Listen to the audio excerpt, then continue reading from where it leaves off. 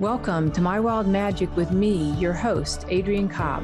Join me on a journey back home to your truest self in this inspiring, enlightening, and entertaining show. After a near-death experience in a car crash at 15 years old, I made a choice to stay and brought back with me 3 simple truths that I found from the other side. Love is all there is. Our time is over here quicker than we think, and we all have a purpose, a soul blueprint to fulfill. On this show, you will find a higher purpose, a creative expression, and unique soul attributes that you can bring forth into this world.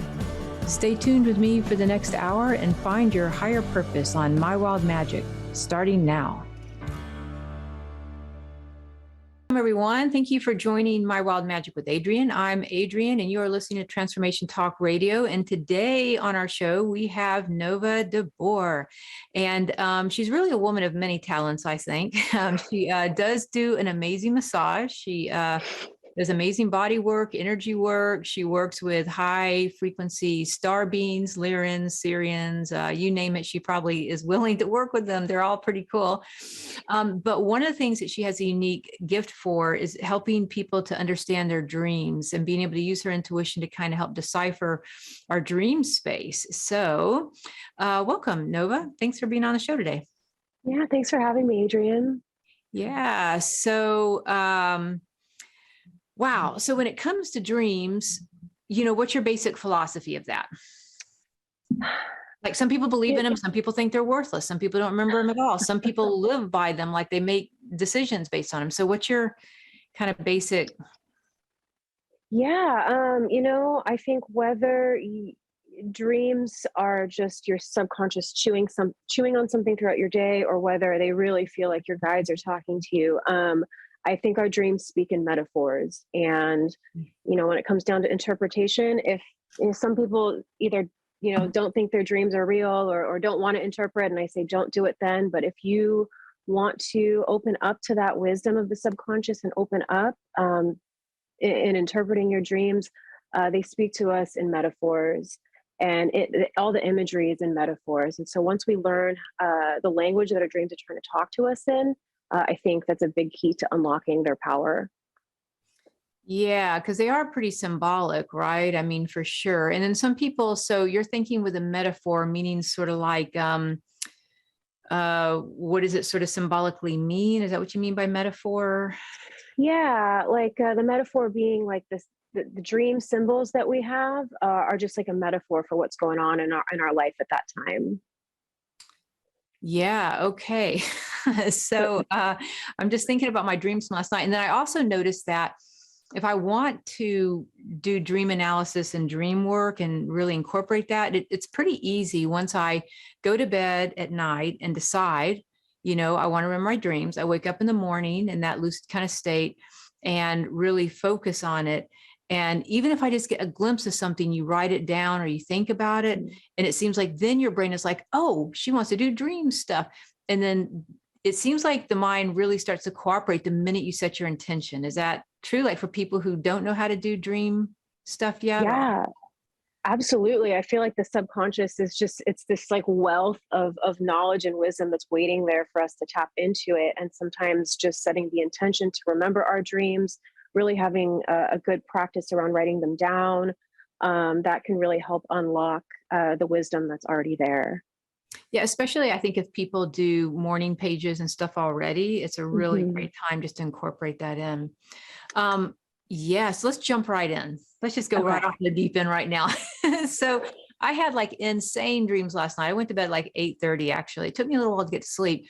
But when I woke up this morning, now there was something I watched where a character on TV actually got stabbed kind of unexpectedly. So there was that in the dream, right? And that might have just been me processing the emotions, feelings of what I saw and not liking it so much, so it could be that.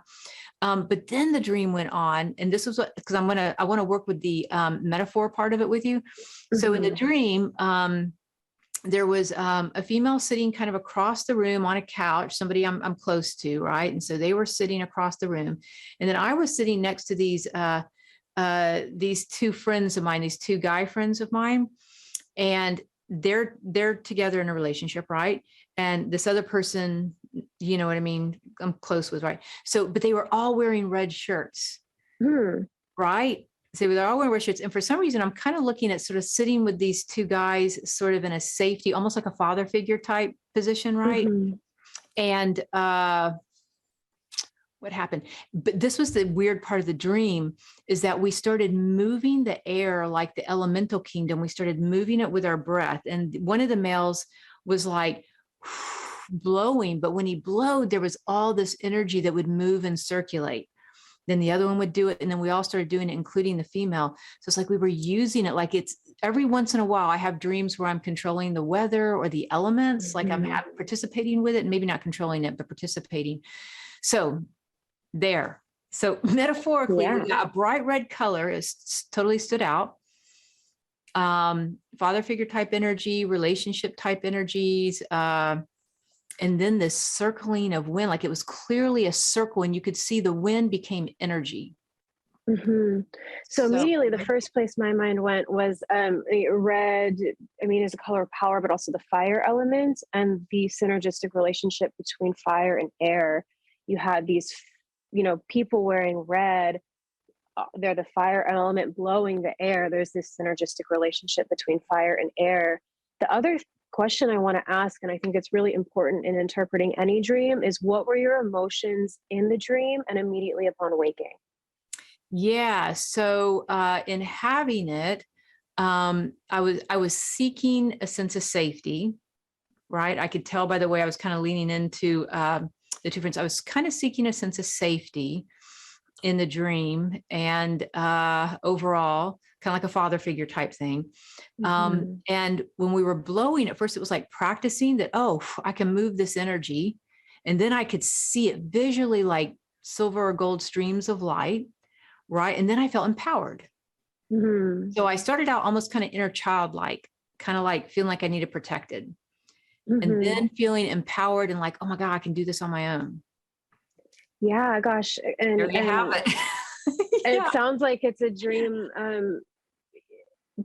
I mean, perhaps about like learning to use your own, the process of learning to use your own magic. I know you're pretty well developed in that realm, but like the emotional state at the beginning of the dream was kind of like, I'm seeking comfort and safety, but I want to try this new thing. And as you're trying it, you're gaining confidence, you're gaining skill, and it's showing in the colors that are coming up, and you're watching this happen. And then it's like this transition from like inner child wants to be protected, is guided, and then becomes the master. And like you become a master of, let's say, this element, the fire element. Right. Yeah. And then the other cool thing was that the female across the room, I felt separation with at first, not for any big reason, but they were just sitting over there. But once we started blowing the air and moving it, they came over and sat with us. And then we were all together doing this. Like it was one big, like, yeah, kind of move the element party kind of thing. Yeah. It was Cool. very fun. Yeah. So what do you think is it like that part of the dream I felt was super significant and definitely worth writing down and doing some dream analysis. The first part of the dream that woke me up a little uncomfortable was the stabbing dream, obviously not really feeling that safe. And I think that was from something I saw on TV, right? That kind of filtered in. But how do you think that works? Because I'm sure I've probably seen like, maybe I saw like, 2 million different things in that 2-hour period that my eyes took in, right? But I got stuck on that one. And then it played out in my dream. So what do you think is the difference? Like would that also be interpreted, or is that just something kind of processing? Yeah. So the way I would see that, I think often our dreams, before we get to even like the meaty bits of our dreams often play out the like emotional residues we pick up throughout the day. And especially, I notice this if I watch a lot of TV at night. Specifically, I've been on this like crime kick lately. It's like, especially if I'm zoning out into it and just like absorbing the essentially violence, it's like my dreams will then work out that violence before I can get even into something a little bit more substantial and pertinent to my life and my process. And no matter what sort of emotional things you're picking up throughout the day, if you aren't completely emptying your sieve before you go to bed at night, and I don't even think that's possible sometimes, that stuff definitely gets played out in dreams. And it sounds like to me that it's like you had to do that. You kind of emptied that emotional residue, and then your dream developed into something more meaningful for you. That's something I notice in my dreams as well. And there's often like a shift, like a setting shift or sometimes I'll wake up and go back to sleep in that moment in between the emotional residue processing and then the actual cool dream stuff. Yeah, right. Exactly. So when you're wanting to kind of empty yourself for the night, do you have a particular practice or something that you recommend? Because I know you texted me even a couple of days ago about, oh, before you go to bed, definitely like, clear your subconscious or set your subconscious intention already. Yeah. So what do you recommend as a practice before going to bed? I know for me, what works best as a body worker and energy worker, I will pick up all sorts of stuff throughout the day. I always take a shower. Immediately when I get home from work, I take a shower, and that helps me at least slough off, other people's stuff. Sometimes I will mindlessly watch TV before going to sleep, and then that stuff might wiggle its way into my dreams. But for me, water is a really powerful tool. So I'll take a shower. For someone else, that might look like go putting your feet in some dirt before you go to sleep. And really like envisioning that grounding cord if you're an earthier person, or maybe you are a fiery person and you want to do some sort of ritual with a candle. I think it really is individual, but to have some sort of practice where you can tell the difference between yourself and other people's junk, and just really making sure you're there before you fall asleep. I see. Yeah, I see what you're saying with that. So, Christine Marie Sheldon does a really good job where she connects to source and she draws down cosmic flow of pure love and light. And any place that we've disconnected throughout the day in one of those chakras, we just clear any disconnection and bring it back into connection. And you just go through each chakra with pure love and light that way. I do find it's a pretty good one. The other one, I wonder, I'm going to start doing this one at night to see how it feels, is are these my emotions, feelings, thoughts, or belief systems? Clear anything that is not mine to be transmuted in pure love and light, but transmute it, release it, let it go, turn it over. Any emotions, feelings, thoughts, belief systems that are not mine. That might be another good way as well. So I love that clearing. And then some people also do like a rain shower. Even if they're not going to take a shower, they do like that rain shower, just washes through their energy field. So we're going to go to a quick break. So everybody stay tuned. We're going to go much deeper into the dreamscape in just a moment. And we'll be right back.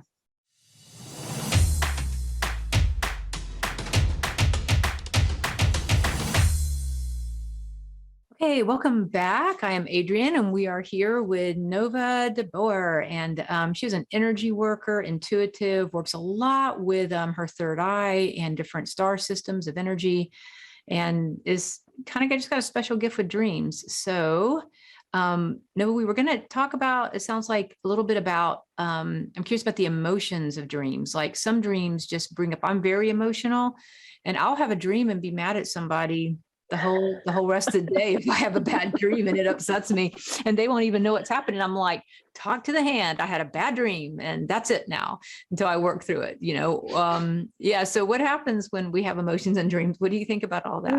How to process? I think the emotion is like the bottom 2/3 of the iceberg of our dreams. I really believe that. I think you can have the same dream, story wise 5 times, and you feel a different way in each dream. And to me, each dream is going to mean a very different thing. I could really give an example here. Let's say you have a dream. This was a recurring one of mine for years and years and years, that I'm in my car, I'm driving, and then someone else takes over driving my car. And these were very distressing, very anxiety riddling. My mom would come in and start driving my car, and I'd be in the back seat trying to control her, controlling my car, right? Very symbolic. And it was distressing, and I would feel out of control, and I would feel resentful. And that was very symbolic within my life. I was letting my mother drive my car, so to speak, and I was resentful over that. But let's just say, for example, I had a dream that another family member came in and drove my car, and I felt relief. I was sitting in the passenger seat, and I could finally relax because I let someone else drive my car. Wow. That dream is going to be very different symbolically. Maybe you're exhausted, and it's nice to let someone else take control for a moment so you can get some rest. So the basic structure is there, right? Someone else is driving your car, but your feelings about it are very different, and so the meaning of the dream is very different. Yeah, that's true. Yeah, you can have whole recurring dreams. Like another common one is people losing teeth. I mean, what do you think about that one? Oh my gosh, I don't know, but whenever I have one of those dreams, I wake up and I'm so glad to be awake. um, but it makes me think, and maybe this is me pulling on astrology a little bit. It makes me think of Saturnian themes. Saturn rules the bones and the teeth, and I had a series of really awful teeth dreams during my Saturn return that got progressively better. Oh, wow. And at the end, I had them all replaced with like pristine, perfect teeth that were ready for the next 30 years of my life. And to me, it was like a structure thing. It was related to structures in my life. And there was these old rotting structures that weren't working that had to be pulled out and then rebuilt. Yeah, yeah. So, with emotions, and do you have like a way that when you do have an emotion in a dream that's strong, powerful, catches your attention, once awake, because your unconscious is clearly working through it, how it's working through it. But then when you wake up, you've got this residue that you're just sort of sitting with. Maybe it's any kind of emotion, right? Is there any kind of recommendation what to do with that emotion once you wake up?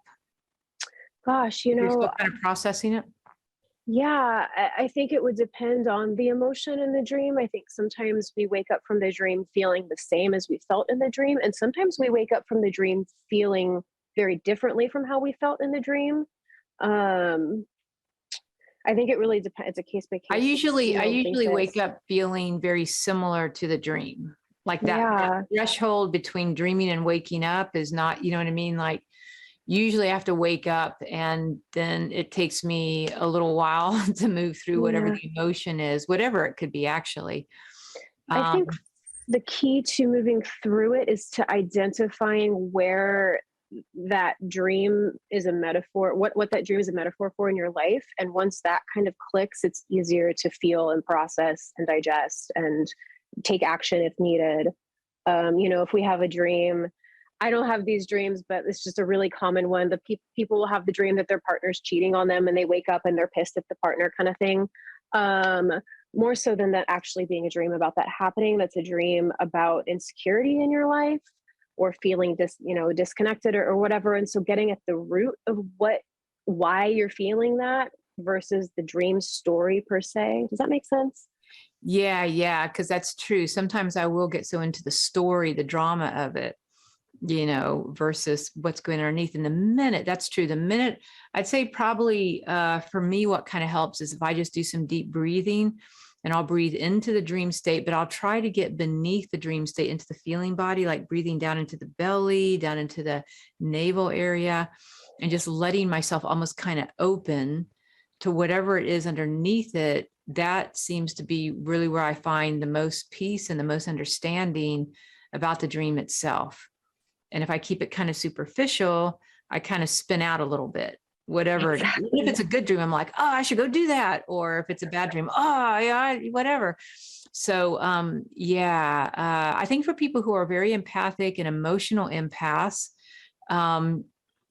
dreams can be very powerful and definitely sometimes maybe kind of sidetrack us a bit. They can. I think too, often those of us who are very, very sensitive, sometimes we can pick up on the psyches of those that are in physical proximity to us and start chewing on their stuff and not even realize it. And sometimes it's important to know, I'm like, wait, did these dreams start when I started sleeping? I was a guest in my friend's house for 2 weeks last summer and my dreams were very different there. And I had to realize like, wait, this is their stuff that I'm picking up on and processing, and really getting in line with that too, and figuring out, just like in day-to-day life, it's like, wait, that emotion's not mine. In our dream space too, it's like, wait, that wasn't my issue. That was my neighbors or my roommates or whoever, or my cat. Sometimes she comes to my dreams and it's her stuff. And I'm like, oh my God.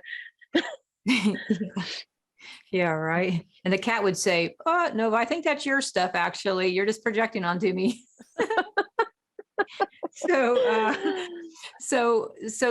we can pick it. That's fascinating, picking up on our animal energy, whoever's in the house energy, that kind of thing. Yeah. And so that takes me to another really big question for you is the collective. Like people who are more collective empaths. I mean, there's different types of empathy, right? There's you can be just a person empath, but you can be an animal empath, a nature empath, an earth empath.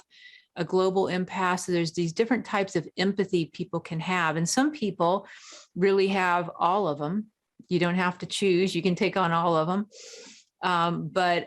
Yeah, so with a lot of my clients that I work with, we're doing session stuff during the day. I notice that their nervous system, because the very nature of kind of the Hearts on Fire meditation class I offer and just the conscious, the people, we are working in the collective in our own way. You know what I mean? And I do notice that their nervous system is very sensitive to the collective. So I would imagine that does play out in their dream time. I mean, sometimes they even talk about it in their dreams, Yes, that kind of leads me to something else I want to say too. And I think I've been speaking a lot on emotional residue dreams and like very personal dreams. Specifically, those are the kinds of dreams I have. I think a lot of people out there, a lot of my friends, a lot of, things I read anecdotally, people have dreams, these like grand, almost like universal battle dreams. Yes, I do have some people who talk about that. Yeah. And I really do think that that's tapping into, as you were saying, we have earth empathy. I would even say we have like universal empathy, and our souls like work in these different ways. And so sometimes our dreams are just literally us doing work in the dream realm. And there are the way our brain can view that. And sometimes we wake up exhausted, and it had nothing to do with your emotional residue or your stories or whatever. It's like your soul's work that you're doing. And so, I just wanted to mention that too. Yeah, we're all connected in that morphogenetic field of energy around the earth. And there is a oneness to that we can process. Yeah, very much so. That makes a lot of sense with that. Yeah. And, do you think that those dreams have a particular signature tone? Like you got the personal ones, which are pretty obvious, but when people have, a collective dream space where they're working out on galactic councils or whatever, is there kind of a signature tone or something about those dreams that you would say are different? If somebody had those to recognize? Yeah, it's hard to say without being in somebody else's consciousness how it would appear to them. To me, those kind of battle-y, larger than me dreams, they feel darker, and I don't mean like shadowy dark. I mean literally, physically, it's dark. It's nighttime. That's just for me. And they have a different, as you said, there's different feeling tone to them, and it's hard to quantify what exactly that is. But I think once you get in the habit of really paying attention to and journaling and honoring your dreams, you can wake up and be like, no, that was some like soulful stuff playing out. That was a visitation. That was my own, BS, or that was some emotional residue. And once you develop that relationship with yourself, I think you can kind of suss out what kind of dream you're having. Yeah, because would you say the same is true? You just really look for the metaphor and the feeling regardless, of the dream. Same kind of theory of if you want to do kind of dreamscape work and integrate with it, it'd be the same no matter what type of dream. Yeah, I would say so. Get it down to one sentence storyline, somebody else drove my car and I was pissed. Okay. We're going to talk about, so we're going to take a quick break and come back and talk about the one sentence thing, because you've taught me this before and I keep forgetting because I'm just so chatty. So we'll be right back in just a moment.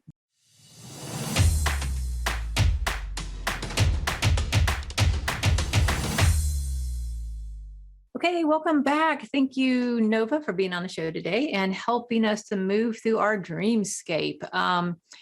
So you were talking about something a moment ago, and if anybody wants to reach out to Nova, what's the best way for them to do that? If they wanted to talk to you about maybe dream consultations or energy work? Yeah, definitely. You can reach out to me. You can send me an email. My email address is bodyworkbynova@gmail.com. So again, that's bodyworkbynova, Nova, @gmail.com. And is that your website as well, or no? That is also my website. Yes. bodyworkbynova.com. Oh, wow. Okay. Yeah. Keeping it easy. Yeah, right. Absolutely. Yeah. Pretty cool. And then just in case people were curious, if they were watching you visually right now, you have some tattoos on the center of your hand. It's so cool because she is a body worker and they are eyes. Like, can you tell us about your tattoos on your hands? Yeah, sure. My tattoo artist I've worked with in the past was offering discounted sessions for palms of hands and feet because they didn't have a lot of experience with it. And I was like, cool, I want it. But because of my work, I had to really plan it a lot of time off. I had to plan about 3 weeks off for them to heal. And so I just went on vacation after I had them done, but it really felt like opening the portals in my hands. And when I went back to work after that, it was different. I feel a lot more. So. Yeah. And so their eyes, as if you're seeing into the body and into the energy of the person you're working with. So it's like literally opening up, because your hands and the bottoms of your feet are secondary chakras. And so whenever you really open them, and then the other thing about you being a body worker that I was always really fascinated by is that when you are working with people, you're one of the few body workers I've known who just really kind of stays out of the energy. Like you're an amazing body worker and so present, but your personality seems very kind of out of the way so that that person can just have their own emotional experience or their own physical experience of healing. Yeah, but you kind of ground through your feet too. So what's that process like? Well, thank you for the compliments. I got a big personality, so I really try to like, I'm like, I envision actually myself like a channel. And if I feel myself getting too in the way, I like to the sides of the channel. I'm like, no. You can have your moment after work. Like, just let it come through. But yeah, I do, throughout sessions, my kind of constant thing I'm doing is feeling the bottoms of my feet, the palms of my feet. And that's a practice I've had for a long time in meditation. Actually, when I would get overwhelmed by emotions, I would just put all my awareness in the palms of my hands and the palms of my feet. And I started doing that before I got the body work.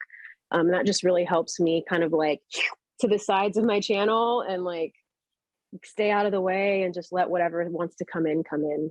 And so when you're working with your own emotions, because this is a really good thing for empaths, you let it just kind of flow through you then, like anything that comes, like just flush through you, either from like if other body workers or energy workers are out there or somebody who's just emotionally sensitive, you can just imagine it all going to the earth, or what happens when they're open?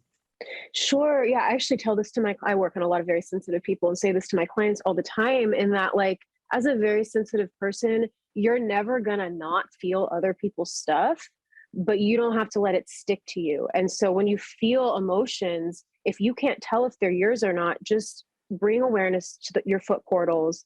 Be very aware that energy is always rushing through. And sometimes I have to go be alone to figure out if it was mine or not. And usually by the end of the day, I'll reassess and realize, no, that wasn't mine. That wasn't mine. Oh, that was mine. Okay, I'm going to address this. And so really just consciously, constantly throughout the day, especially when in public, just put awareness in all of your palms. And that really helps the energy just cycle and flow through. Yeah, wow, that's a good tip, actually. Especially, I think the other thing that does is it helps people get really in their body by sending energy out the palms, the hands, and the palms of the feet. Is it gets you more in your body, because most people tend to live a little above their head, or they breathe pretty shallow, or they're more in their head, or they're more in their emotions. And when you're doing what you're saying, when I'm just kind of watching it energetically, it really grounds you in your body. And the other thing I notice about your energy, because you are empathically super sensitive, but you have really good boundaries. We've talked about that before. Oh, and yeah. And you have really good boundaries. And I'm like, how do you do that, girl? And you just there are places I have bad boundaries. But for the most part, as a person, I think that people generally don't cross your boundary. That's different if you're like in, relationships with people that you're soul learning. But for the most part, walking through the world, it seems like you're like, oh, yeah, I'm not going to do that, or that's a no, or I'm just going to keep on my path and not get overly involved with people. And I'm like picking it up left and right. Oh yeah, 8 billion people. I can totally help everybody. Right. But the boundary, I think really doing that grounding through the bottoms of your feet gets you in your body, so that you're more aware of your body wisdom around boundaries. Perhaps, yeah. It makes me very aware of all the dramas going on around me that aren't actually me. So rather than getting sucked in, it's just like I'm witnessing it all happen. It's very overwhelming, actually. And I'm rarely in public because of it. But like you said, I usually don't play into it because I can just feel its ever presentness outside of myself. Right. And so just trying not to feed into it. Yeah, it's a really good sensory awareness of our secondary chakras and how we can be more present with them, because we always talk about those 7 chakras. So, so one thing you were mentioning before we went to break is having visitations. Some people do have dreams where they feel sometimes alien, star being, planetary, galactic, different types of beings, sometimes angels coming forth like a visitation. Sometimes people also feel like, for me, I might have other souls come forth, master teachers. So for me, it's usually, I've noticed it's ascended masters that will come in, but for some people who are very star related, and you're very star related, they might have visitation. It reminds me of Dolores Cannon's work, where sometimes when we're sleeping at night, visitations happen because they're working on us. Anything you want to talk about with that, about dreams and how it relates? Because those are not exactly dream, but it's in the dreamscape. Yeah, I've had a handful of those myself, and I know people who they happen to very often. To me, there's a different feeling tone with visitation dreams. Often they will come after the residue dream. So it's like we were saying, it's like the residue dream happens, and then either the dream setting, literally, it's like it's a snow globe that gets shaken up, and then I come to in a different room, and like my guide is standing there telling me something. I actually met two of my spirit guides in dreams that way, or every once in a while I'll have the higher self of someone who I'm very close to come and tell me a message in a dream that I need to know about this person, or this person needs me to know, kind of thing. And something that I don't have often, but I know others do, is like the dead family member visitation. And personally, I've never been able to tell the difference between the emotional residue and the actual visitation with those ones. But I think, I definitely believe people when they tell me, no, my grandma came and told me X, Y, and Z. And I'm like, I'm sure she did. Because when you know. Or your pets. I mean, all kinds of things. Yeah. It's my cat has come to me in dreams. She showed me what it was like to have me as an owner. And it really was not something I liked at the time. Gosh, what happened with that? What did she just showed me, she's like, I'm your emotional support cat. Your emotions are unruly. And this is what it feels like as your cat to deal with your emotions. And I was like, oh my God, this is awful. I need to check this a little bit. Oh, yeah. Yeah, true. I do think about that with animals. Yeah. And then what do you think about with animals? Well, okay, with the visitation, is there anything different that people maybe would want to consider if they've had visitation dreams? Like there's the metaphor aspect of it, right? Sometimes people actually get a message. So an actual message will come through. And if they are the star being, or kind of working on you in your sleep or taking you out to other dimensions, what would help people process that when they wake up? Sometimes that can be disturbing for people. Sometimes it's nice and pleasant, and sometimes it can be scary, particularly if the inner child has maybe had entities growing up around them, abuse issues of any sort, addiction energies around people. Having something come into your sleep at night, when you're in bed, when you're asleep, when you're vulnerable, can sometimes be a bit of a trigger. Absolutely. I think it can feel kind of invasive, especially if it's something you're not welcoming at that time, or like you said, there's a history of trauma or abuse around that. Personally, when I've had visitations from either spirit guides, or I like to say the spaceship that's above Earth that's just waiting for me to come back. Yeah. Those have always felt very comfortable to me, and very just like, oh my God, thank God. Well, that's the thing. You have something else. Well, you also have a lot of acceptance about who you are as a star being. Some people don't, because if people knew they were a star being or something from another dimensional realm to be here, it kind of flips them out also, because they don't have acceptance that they won't be accepted being here. So continue. Yeah, no, I'm like, now I'm wondering what to offer some sort of consolation. Well, I wonder, like a weird word, but if people qualified their dream before they went to sleep. So if people do have visitation dreams and it's uncomfortable, they may really want to call in that pure love and light, their own I am presence to come in and enfold them, a tube of pure electronic white light, something before they go to bed that qualifies the energy that only beings of the highest vibrational resonance. Sometimes you can even put an angel, like Archangel Michael, to kind of guard your psychic space. Some people have very invasive psychic dreams if they're living in a house where there's addiction or fights or conflicts, or people that are emotionally unruly. You know what I mean? That can also be psychically invasive. Yeah, I think if the Maybe setting a is not seal. good like that, if you're in a home where you don't feel safe, it might be, you might not be able to control your dreams so much. I think that ideally we also can set boundaries with ourselves. I've had to do that when I had too many visitation dreams from the same person. I was like, no, I can't do this anymore. I won't. And I got into a meditative state and I set a very large boundary. And I think since then, I did this about 5, 6 months ago. I've had 2 dreams. That's enough. That's manageable. But this was like coming in every night. And I was like, no more. And Yeah. I said, this is not, I said to myself, this is not helpful. I do find And that people who, yeah, sometimes people who have anxious attachment too will psychically get caught up in the space with somebody psychically when they're sleeping at night. So, okay, we're gonna take a quick break and we're gonna come right back with that.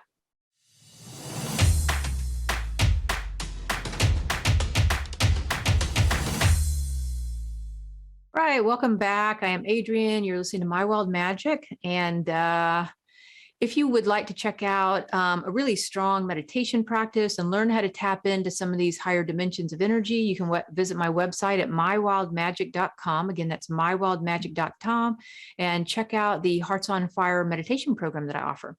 Okay, so Nova, we are, and if anybody wants to get in touch with Nova, it's, say your website one more time. bodyworkbynova.com. Bodywork by Nova. And yeah, she's located in Portland. So if you happen to be a Portland, traveling through or living here, excellent body work and energy work. You also do craniosacral, really cool stuff. So anyway, so kind of just tidying up. Sometimes when we have dreams about other people that are very deep, we can have our own deep emotions that are unresolved. We can also have emotional addictions to that person or them to us. And that can overlap in dream space time, because what you're thinking about and feeling throughout the day will play out in your dreams, but it also psychically engages people. But with recurring dreams, yeah. What's up with that? What do you want to talk about with that? Like how does somebody deal with recurring dreams, and what does it think that kind of means with what they're processing?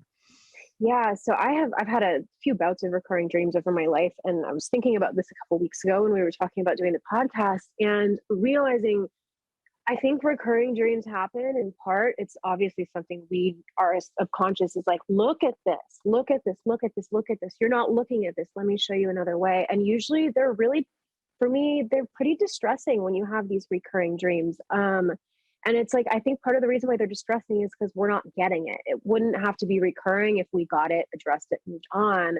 And so a lot of times our recurring dreams are trying to enlighten us to some pattern that we have that we're unaware of. Usually an emotional pattern, I think. Whatever form that takes. Some people have, and a lot of times these recurring dreams are anxious, or we feel anxious about them, or there's some sort of anxiety riddling situation we're in.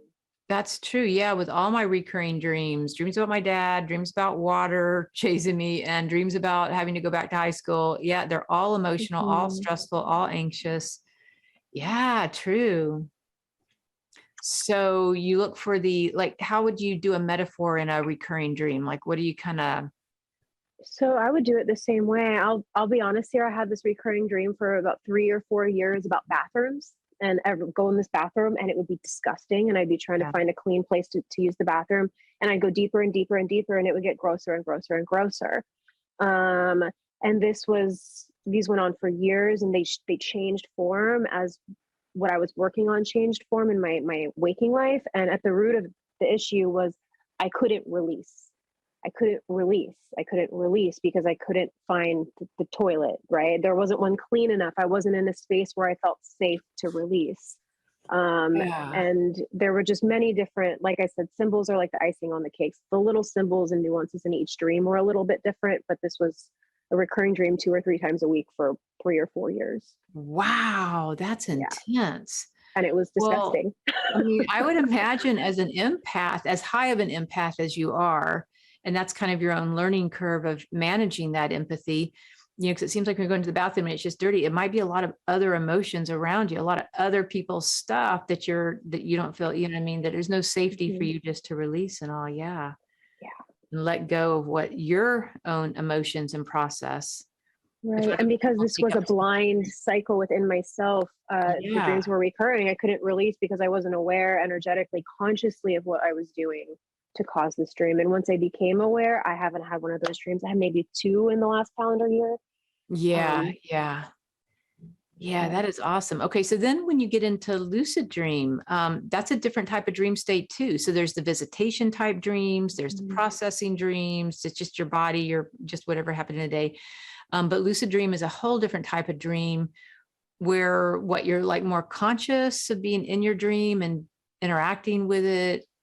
Mostly you're aware that you're dreaming in the dream. You may or may not have control, but you are awake in the dream, so to speak.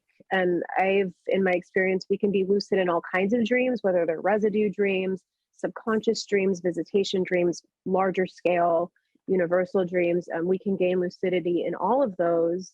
But we might find we have different amounts of control based in the dream that we're having or based on other factors in our lives.